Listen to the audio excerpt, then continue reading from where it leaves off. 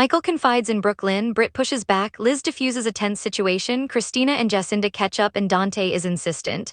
Willow told Drew she shot him, Rick asked Liz out, and Curtis threatened to force Portia to get a paternity test. Christina runs into Jacinda at yoga. They talk about how busy Michael is, and Christina explains his schedule will lighten up now that Willow will have more time with the kids. Jacinda is surprised to hear this. She worries that Willow could be using her criminal history to force Michael into a corner. Christina assures her that this is not her fault. Jacinda appreciates it but worries she may be more trouble than she's worth. Boyle pops up, happy to see Jacinda. He asks if they can get dinner sometime and says he can bring her friend too. Jacinda tells him who Christina is. Boyle says the offer stands and walks off to exercise. When he walks off, Christina runs over to question her. Jacinda said she only gave him her number. He's always been good to her and she and Michael have made no promises. There are no guarantees. Christina thinks she's underestimating her brother, but Jacinda is staying prepared. At the Quartermains, Chase looks at Michael's keys until Dante interrupts. Chase asks him how the questioning of his brother went. Dante says they will follow any evidence pointing at any suspect. He takes Rocco to community service and Chase walks out with the keys. In the solarium, Michael apologizes to BKLQ about the tension between him and Chase. He explains that he and Willow have agreed to a 60-40 custody split. She's surprised to hear that, so he explains this was the best move for the time. He could be facing charges, and that means Willow could get emergency custody. He thinks her husband's loyalty to Willow is misguided, but he doesn't blame her for that.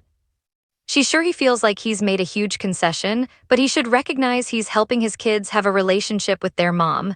The kids come in and Michael tells them they will get to see their mom again. Wiley is happy. The adults tell them how good compromise is. Subscribe to Soap Spoilers newsletter. When Britt arrives at GH, she bites Liz's head off. The nurse tells her that Terry is looking for her. She gets in a jab about her working at Windermere as a concierge doctor. Britt says coming back from the dead is expensive. Rocco arrives with Dante and they sign him in for community service. Britt pops up and chats to him about hockey. Once Liz leads the teen off for work, Dante asks Britt how far she thinks she can push him. He doesn't think she should have any kind of a relationship with his son. Britt thought they had a truce.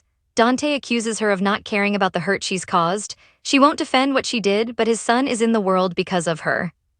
He insists she doesn't deserve to be in Rocco's life. Britt says Rocco gets to choose that, not him. He understands she's rebuilding her life, but Rocco can't be part of that because it will put him at risk. Once the doctor leaves, Liz returns and chats with Dante about his friction with Britt. He feels like he's watching a car crash and there's nothing he can do to get his son out of the way. Liz says people can change. Even Jason has grown to trust Britt. She's happy to keep an eye out on his son. Britt runs into Rocco down the hall and he tells her she's not obligated to come to his games if she's busy.